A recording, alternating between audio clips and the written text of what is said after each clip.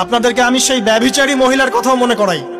ওই মহিলা, যে ব্যক্তি একজন যৌনকর্মী ছিল, বা যেটা আমরা বলি ব্যভিচারিণী মহিলা ছিল, একটা কুকুরকে দেখেছে সে পানি পান করার জন্য তৃষ্ণার্ত, সে এটাতে মায়া করে দয়া করে তার মোজাটাকে নামিয়ে এই কূপ থেকে পানি উঠিয়ে কুকুরকে পান করিয়েছে।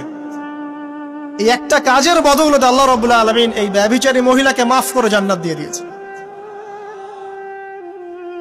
হাদিসে এটাও এসেছে, নবী সাল্লাল্লাহু আলাইহি ওয়াসাল্লাম বলেছেন, ইরহামু মান ফিল আরদ, তোমরা সবাই জমিনবাসীর প্রতি রহম করো।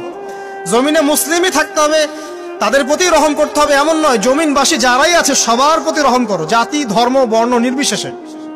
এমনকি পশু পাখির প্রতিও দয়া করো। ইরহামু মান ফিল আরদ, জমিনে যারা আছে সবার প্রতি রহম করো।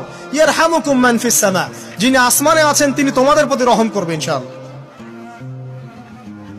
ইসলাম এই কথাগুলো বলেছে 1400 বছর আগে। আজকের এই বিশ্বে, সোকল্ড এই মডার্ন বিশ্বে, যেখানে মানুষের রক্তের কোনো দাম নাই, সেখানে ইসলাম পশু পাখির অধিকার নিয়ে কথা বলেছে 1400 বছর আগে। কাদেরকে কি শিখাতে আসেন?